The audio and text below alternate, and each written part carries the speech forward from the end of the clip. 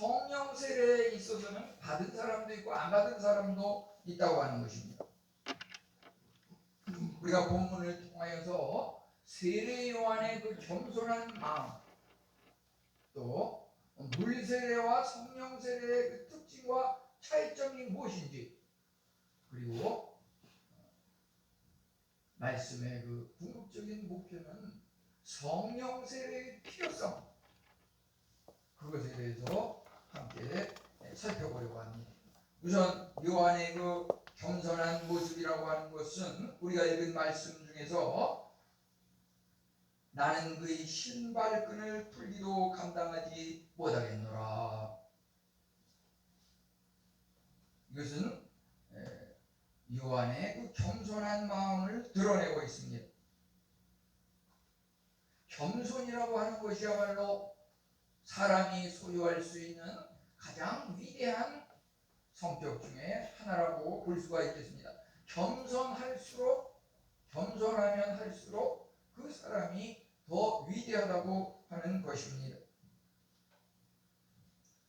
성경 빌립보서 2장 3절은 오직 겸손한 마음으로 각각 자기보다 남을 낮게 여기고 모든 사람을 다 서로 존중하라고 이렇게 말하고 있습니다. 사람을 얕잡아 보거나 깔보거나 무시해서는 안 된다고 하는 것입니다. 왜 그렇습니까? 모든 사람은 남녀노소 빈부귀천 피부의 흑백 모든 것을 떠나서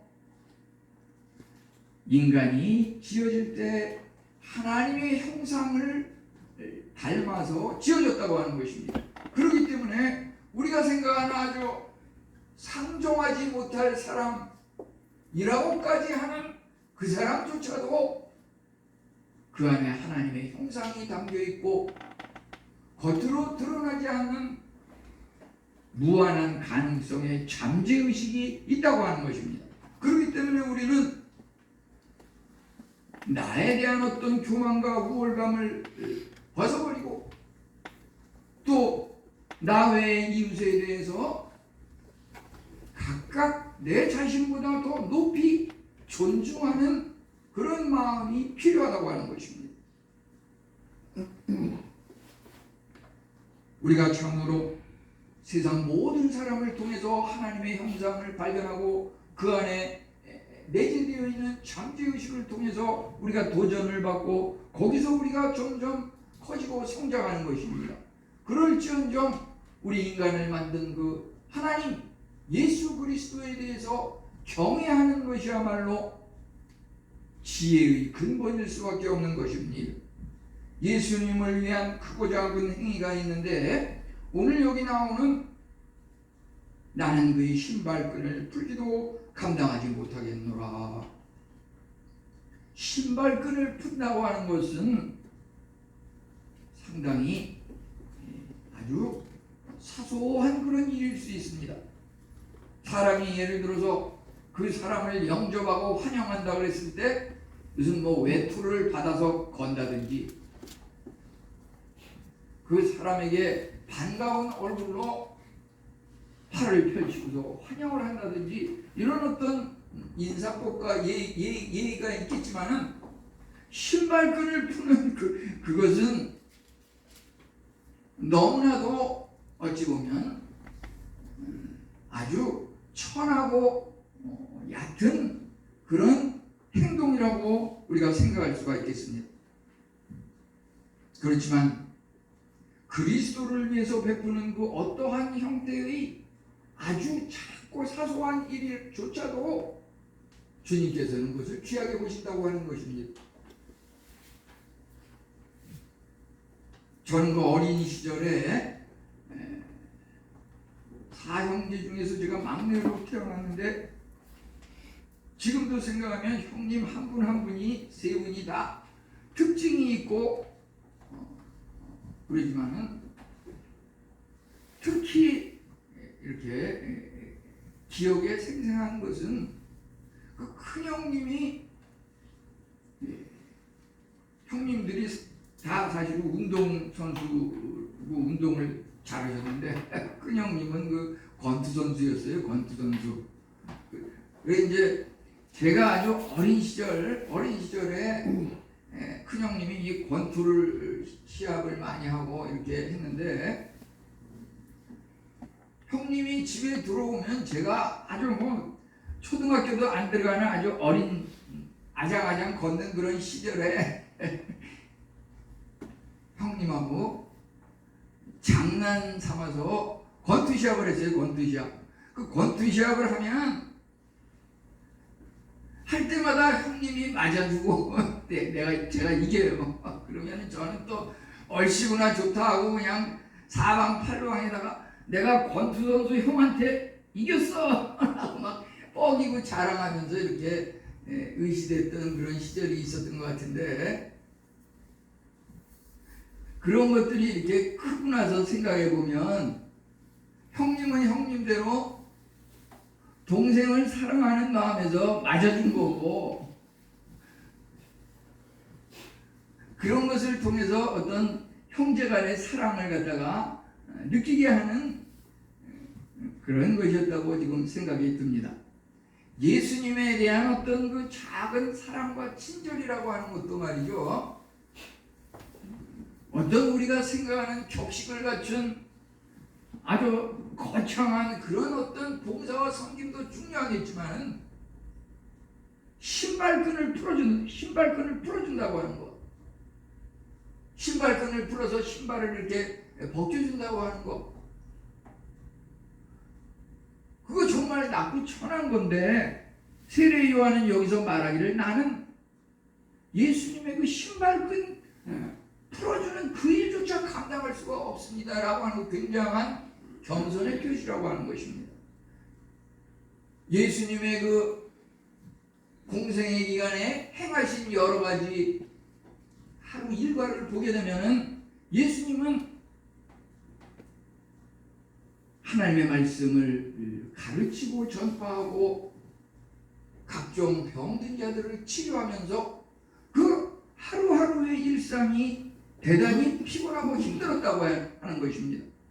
우리는 주중에 예를 들어서 예배 모임이라든지 이런 게 있으면 직장 때문에 라고 하지만 예수님은 혼자서 여러 가지 역할을 감당하셨다고 하는 것입니다.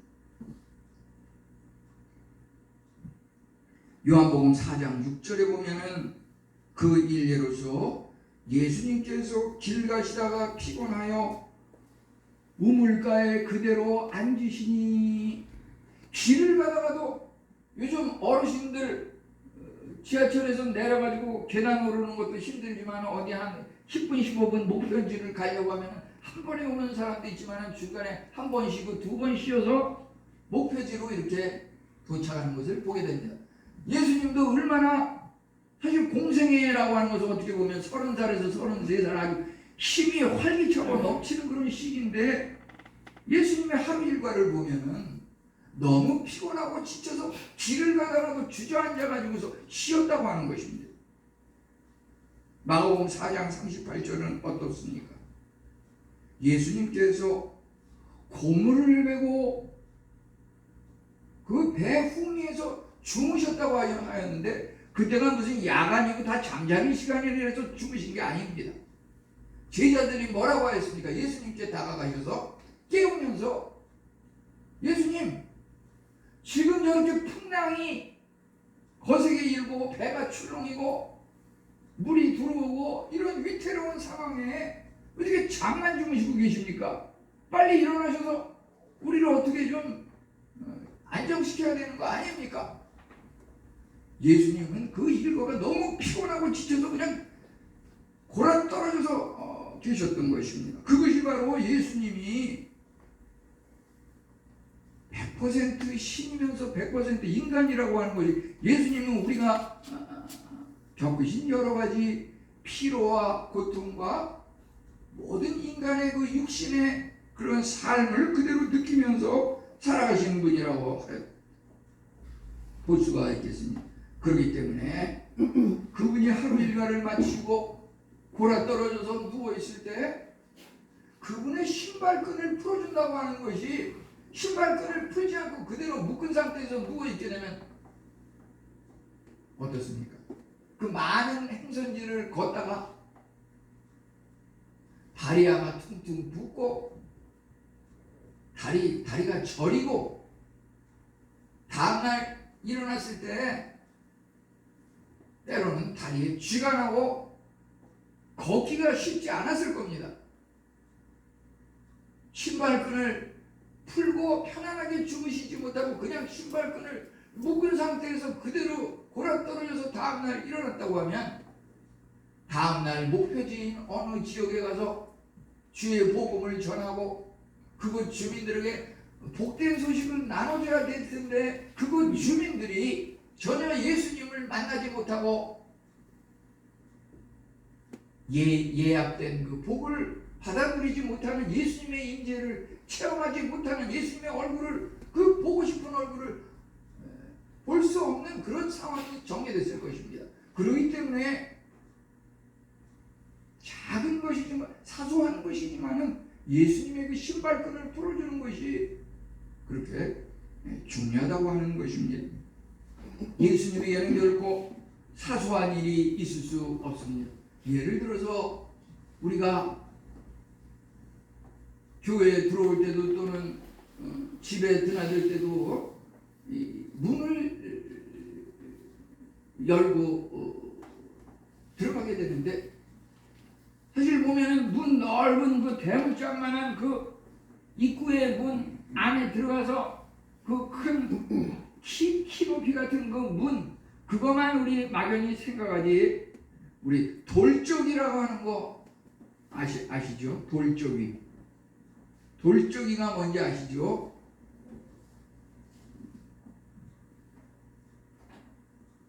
우리 홍 집사님, 김 집사님 같은 경우는 잘 아실 텐데 돌쪽이라고 하는 거 우리 사진으로 한번 보면 말이죠. 이렇게 문이 있는데 거기에 그 문짝과 그 틀을 갖다가 연결시켜주는 그 고리의 역할을 하는 그 철물 아주 작고 소소해 보이지만은 그것이 있음으로써 그 크다란 문이 열렸다 닫혔다 한다고 하는 것입니다. 작지만은 그것이 없으면 문이 전혀 열리거나 닫힐 수가 없다고 하는 것입니다. 얼마나 그것이 없다고 하면은 그냥 드나들 때마다 문을 통째로 들어가지고 들어간 다음에 다시 통째로 들어서 다시 원위치시고 얼마나 불편하겠습니까? 아주 소소하고 작은 것이지만은 우리가 생각하는 그 삶에 있어서는 작은 것이 없고 더더군다나 예수님에게는 그 사소한 일이 있을 수 없다고 하는 것입니다. 아무리 힘들고 어려운 상황이라도 그것을 해결할 수 있는 길이 또 있는 것입니다. 예수님께서는 그러한 길을 복음 말씀을 통해서 우리에게 보여주고 계십니다.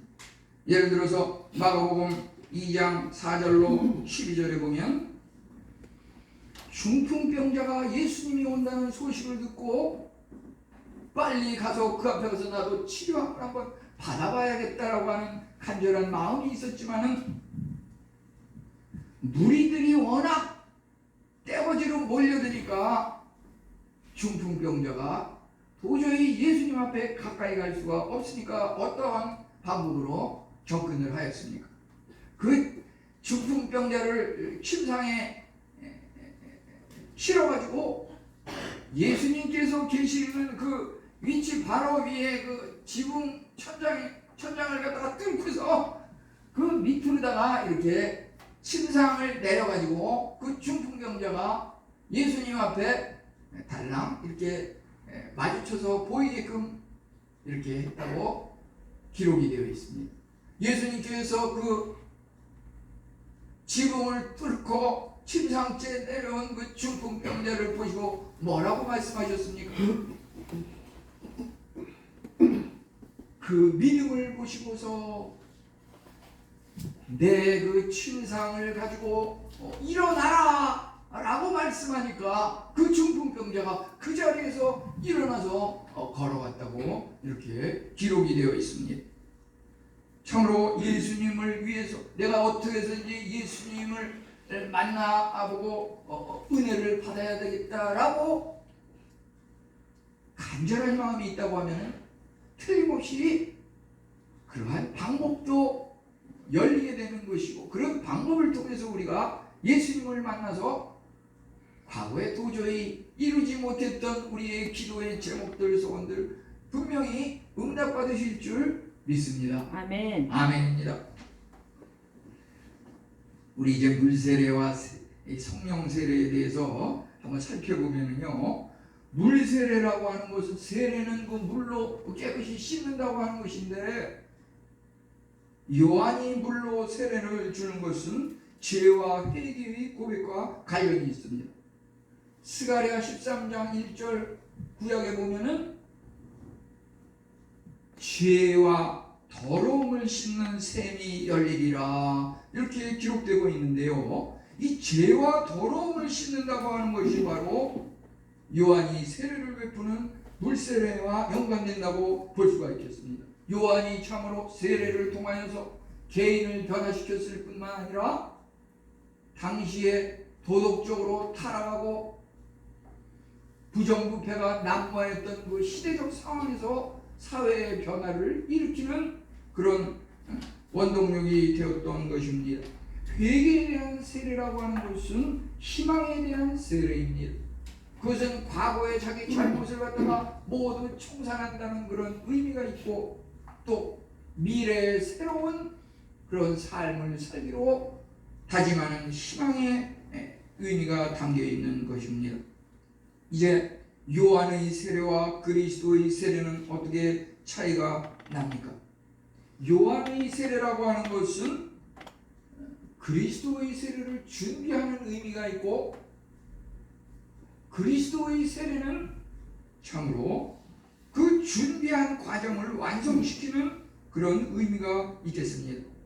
요한의 세례는 그 약속을 이루기 위해서 그 경계까지는 도달합니다. 경계에 도달해서 멀리 보이는 그 약속의 땅을 바라봅니다. 그렇지만은 그 약속의 땅에 들어가게 하지는 못한다고 하는 것입니다. 그곳에 들어가는 것은 예수 그리스도의 세례를 통해서 들어간다고 하는 것입니다. 요한과 예수님은 똑같이 마태복음 3장 2절과 마태복음 4장 17절에 회개하라 천국이 가까웠느니라 똑같은 말을 세례 요한도 하고 예수님도 했습니다. 그런데 여기에 조금 차이가 있습니다. 요한은 회개하라 천국이 가까웠느니라 많은 사람에게 복음을 전파하고 그것을 통해서 죄를 지적하고 이대로 있으면 안 된다고 하면서 회개하라고 다붙이지만, 문제는 그 죄를 용서하지는 못한다고 하는 것입니다. 그것은 마치 율법이 우리에 대해서 죄를 깨닫게 하지만 그것을 해결해서 용서해 주지는 못한다고 하는 것과 흡사합니다. 예수 그리스도의 세례는 회개하라 천국이 가까웠느니라 라고 선포할 때에 그것을 깨닫게 할 뿐만 아니라 그 문제를 해결하는 그 죄를 용서함으로써 천국에 들어가게 하는 그 자격까지 부여한다고 하는 것입니다. 요한은 그것을 선포하고 도전을 주지만은 천국에 들어가는 자격을 부여할 수는 없습니다. 그것은 오직 사도행전 4장 12절 천하인간의 구원 얻을 만한 다른 이름을 내가 주신 일이 없나니 오직 예수 그리스도의 이름을 통해서만 우리가 천국에 들어갈 수가 있고 구원을 받을 수가 있는 것입니다. 요한의 세례는 복음을 준비하고 예고하는 것이었고, 예수 그리스도의 세례는 복음을 몸으로 실행을 하면서 그것을 완성하였다고 하는 것입니다. 물세례와 성령세례는 어떻게 다릅니까? 물세례는 예수님을 믿지 않아도 받을 수 있다고 하는 것입니다. 교회에서 우리가 6개월 후 학습 후 6개월 후 세례. 그 세례가 물세례고 형식적인 세례인데 내면적으로 속에 변화되지 않고 전혀 예수님을 믿지 않아도 그 형식에 동참해서 세례는 받을 수 있다고 하는 것입니다. 그것은 겉사람이 정결케 되는 것입니다. 그렇지만 성령 세례라고 하는 것은 내면의 그 속사람, 하나님의 은혜로 주어지는 선물로 믿음을 통해서 구원에 이르는 것이 성령 세례라고 하는 것입니다. 그것은 오직 로마서 4장 11절과 13절에 보면 믿음으로 의롭게 된다고 하는 그런 말이 있습니다. 믿음으로 의롭게 된다고 하는. 이제 10월은 종교개혁의 달인데 1517년에 그 루터가 10월 31일에 종교개혁을 이렇게 이룩하였습니다.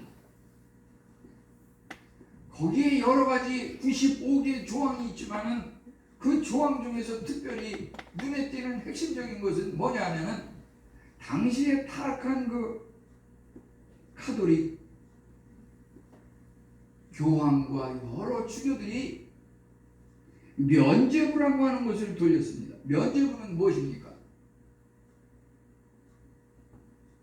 돌리는 그 헌금통에 딸랑하고 돈 떨어지는 소리가 들리면 연옥에서 천국으로 옮겨진다. 그 돈통에 돈을 넣는 그 소리가 안 들리면 천국에 들어가지 못한다.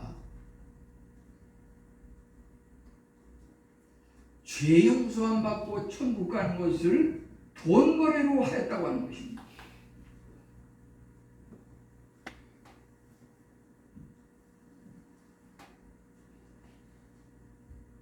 오늘날도 그러한 것을 오해를 해가지고 교회에서 예를 들어서 임직을 한다든지 이러한 과정에서 그것을 돈 거래를 통해서 전혀 믿음이 없는데도 그것을 하는 경우가 종종 있고, 어떤 사람은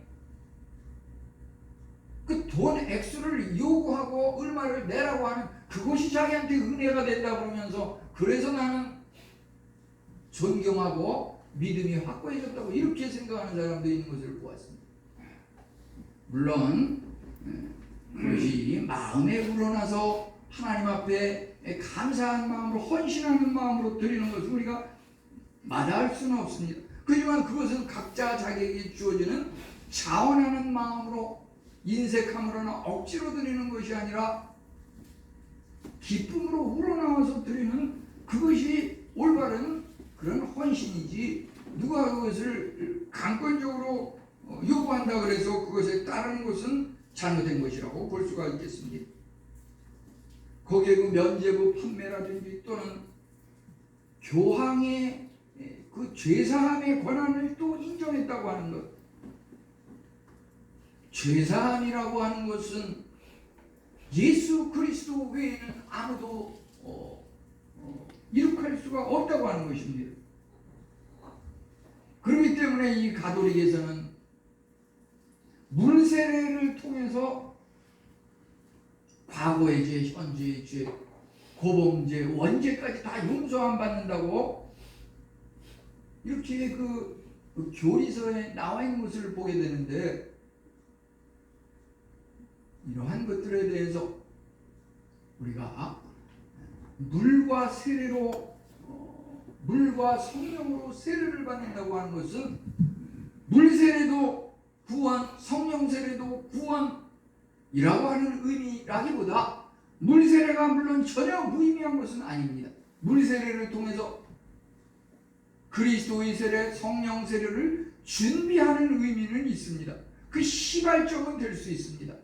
하지만 그것을 이룩하고 실행하고 완성하는 것은 그리스도의 세례, 성령의 세례를 통해서 이루어진다고 하는 것입니다.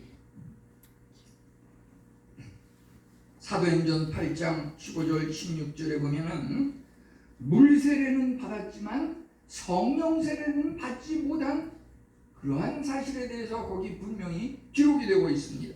그들이 내려가서 성령 받기를 기대하니, 그들은 이미 물세례를 받았던 사람들이었습니다. 그런데 이는 아직 한 사람도 성령 내리신 일이 없고 오직 주 예수의 이름으로 세례만 받을 뿐이더라. 사도행전 8장 15절 16절은 분명히 그들이, 그 자리에 있는 사람들이 전부 물세례는 받았지만 성령 세례는 그 중에 한 사람도 받은 사실이 없다고 이렇게 나와 있고, 그렇기 때문에 그들이 성령 세례를 받기 위해서 기도했다고 하였습니다. 성령 세례는 언제 받을 수 있습니까? 물 세례를 받을 때 물론 믿음으로 같이 받는 사람도 간혹 있습니다. 그렇지만 에베소 1장 5절을 보면 그 기쁘신 뜻대로 예정하신 하나님께서 은혜를 주시는 그 어떤 작정된 날에 어느 시점에 가서 은혜의 선물로 믿음으로 성령 세례가 주어진다고 하는 것입니다. 우리 성령 세례를 모두 받기를 바라는 마음으로, 성령 세례는 과연 무엇인지 이제 간단히 한번 살펴보면요, 영적인 어린아이로 거듭나는 것을 의미합니다. 예수님을 믿고 그리스도인이 된다고 하는 것은 우리의 옛사람이 그리스도의 십자가와 함께 죽음을 당하고 이제 그리스도 안에서 영적인 새로운 피조물로서 다시 태어난다고 하는 의미입니다. 다시 태어난다라고 해서 그것을 거듭난다고 이렇게 말하고 있습니다. 요한복음 3장 3절로 5절을 보면은 니고데모가 예수님께 사람이 나이 들어서 늙으면 어떻게 다시 태어날 수가 있습니까? 거듭남의 진리에 대해서 예수님께 질문을 하였습니다. 어떻게 두 번째 다시 태어날 수가 있습니까? 한 번 태어났으면 그만이지. 예수님께서 말씀하시기를 성령과 물과 성령으로 나지 아니하면 하나님 나라에 들어갈 수 없다고 이렇게 말씀을 하셨습니다. 우리가 육체의 나이는 주민등록 호적상에 나와 있는 그 생년월일을 따라서 그때부터 이렇게 헤아리지만은 영적인 나이라고 하는 것은 영적인 어린아이로 다시 태어나는 그 순간부터 이렇게 계산을 합니다. 그래서 사람마다 조금씩 다를 수가 있습니다. 믿기 전에 죄를 반복하지 않는 참다운 회개를 뜻합니다. 이것을 좀 더 재미나게 이렇게 이야기한 그런 신학자가 있습니다. 성령 세례에 대해서 그 린치라고 하는 사람은 말하기를, 이 지도를 보시면 말이죠, 그 이스라엘의 그 지도 중에서 요단강과 사해가 있는데요, 이 린치라고 하는 사람은 뭐라고 말했냐면은 오래된 나의 옛 생활을 요단강에서 취하여서 빨리 사해로 운반하기를 바란다, 이렇게 말하였습니다. 요단강에서 나의 옛 생활을 취하여서 사해에다가 운반해서 빨리 그곳에 던지기를 바란다고 이렇게 말하였습니다. 이 세례 요한과 예수님이 세례를 베푸신 것은 그 배경이 요단강에서 일어난 일인데요, 린치라고 하는 사람이 그 요단강의 그 옛생활을 사해에 빨리 운반해서 던져버린다고 이렇게 이야기한 것, 그 사해라고 하는 것이 죽음의 바다입니다. 죽음의 바다. 그것이 그 염도 소금의 그 짜기가 보통 일반 바다에 비해서 10배나 더 짜다고 합니다. 그러다 보니까 너무 짜서 거기에는 보통 일반 생물이 살지 않고 다 죽어버린다고 하는 것입니다. 그래서 그가 요단강에서 세례를 받은 사람은 그 옛 생활을 빨리 청산하기 위해서 사에다가 자기 생활을 갖다가 옛사람을 던져버리고 없애버려야 된다고 이렇게 이야기하는 것은 옛사람의 완전한 죽음을 강조한 그런 재미나는 표현이라고 할 수가 있겠습니다. 이제 성령 세례라고 하는 것은 믿음으로 예수님과 연합하는 것입니다. 그리스도와 하나가 된다고 하는 것은 그리스도의 십자가와 연합하는 것이고 그리스도의 부활과 연합하는 것입니다.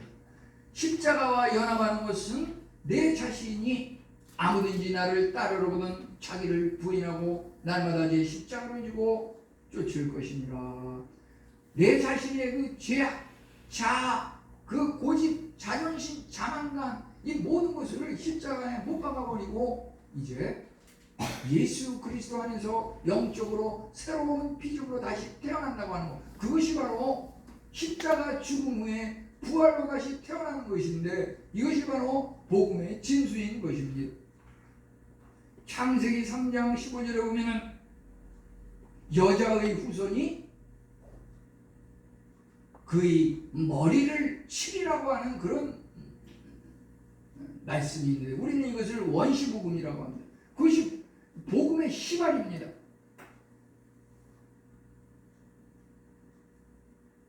예수 그리스도가 이제 마귀 사탄의 그 머리를 쳐서 완전한 승리를 거둔다고 하는 것입니다. 그것이 우리 예수 믿는 사람들의 미래라고 하는 것입니다.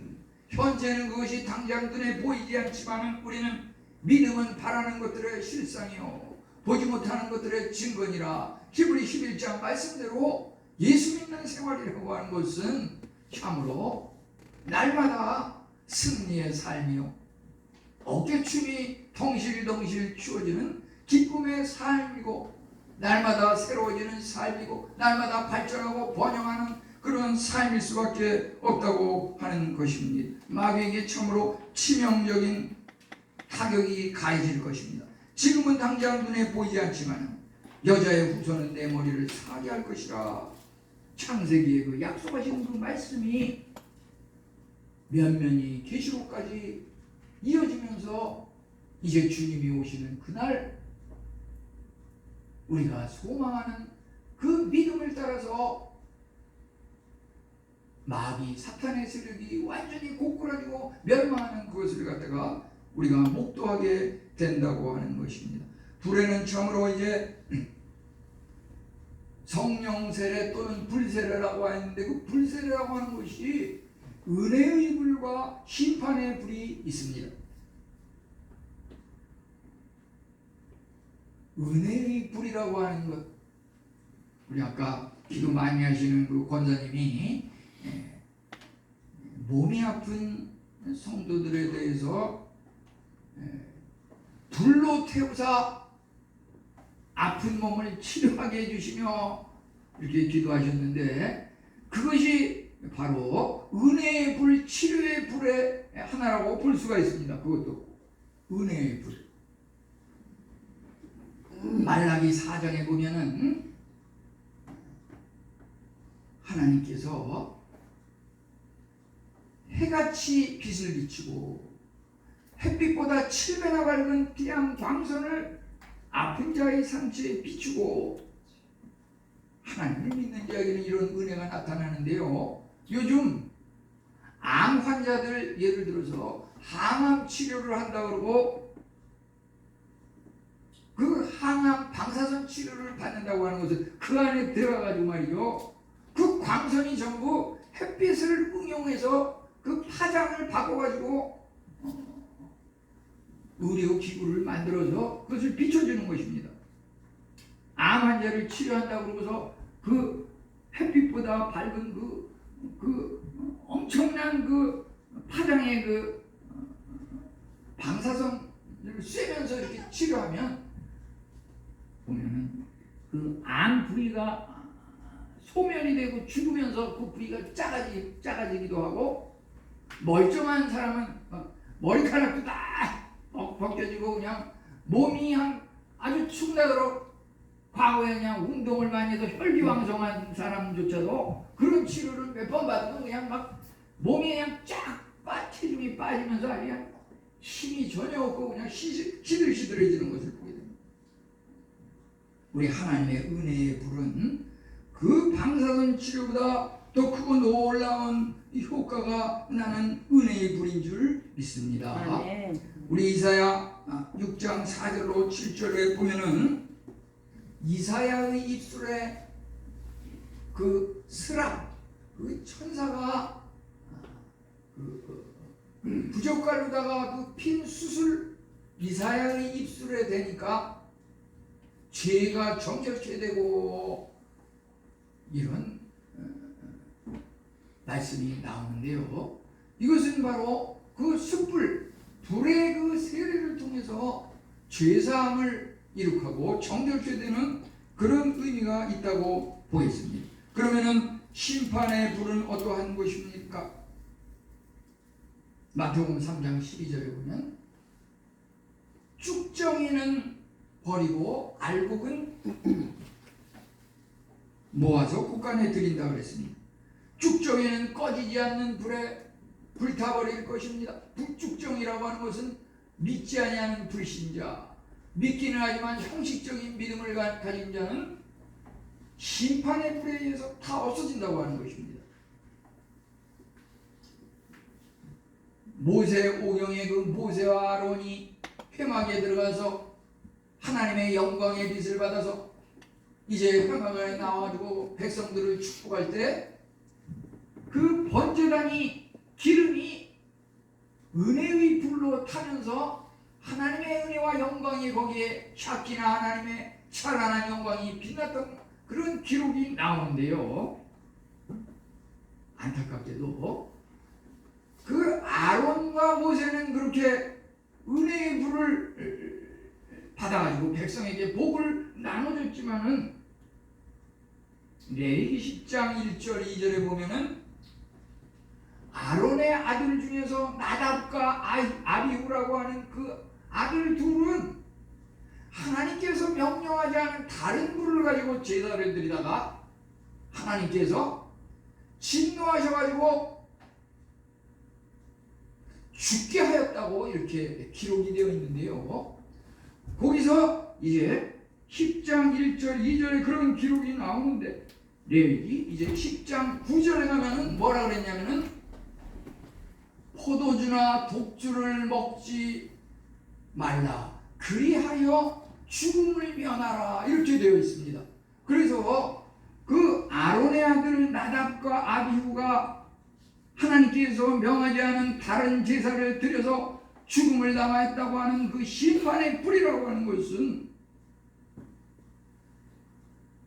추정컨대 그것은 독주와 포도주 술이 잔뜩 취해가지고서 온전한 정신, 맑은 정신으로 예배를 드리지 않고 제단에서 다른 그 하나님께서 명령하지 않은 다른 방법으로 예배를 드리다가 그 심판의 불로 인해서 죽음을 당하였다고 하는 이렇게 우리가 그것을 해석할 수 있겠습니다. 이제 말을 맺기로 하겠습니다. 이제 마지막으로 말을 맺으면서 여러분 우리 성도님들에게 또 저에게도 질문 드릴 것은 내가 과연 지금 시점에 성령 세례를 받았는가? 난 성령 세례를 받았는가? 우리 대부분이 다 물 세례는 받은 걸로 알고 있습니다. 성령 세례를 받았는가? 우리 손으로 가슴에 얹고서 나는 성령 세례를 받았는가? 한번 자문해 보시기 바랍니다. 우리 성령 세례를 받으면 거룩한 삶을 살 수 있는 그리스도인의 능력이 생길 수 있는 것이고 성령의 그 9가지 열매를 맺는 사랑과 희락과 화평과 오래 참음과 자비와 양성과 충성과 의와 절제의 그러한 열매 맺는 삶을 살아갈 수 있는 것입니다. 우리는 이 시간 이제 성령 세례를 받기 위해서 우리 자신과 또 교회와 나라를 위해서 함께 기도드려야 할 것입니다. 다 같이 기도드리겠습니다. 하나님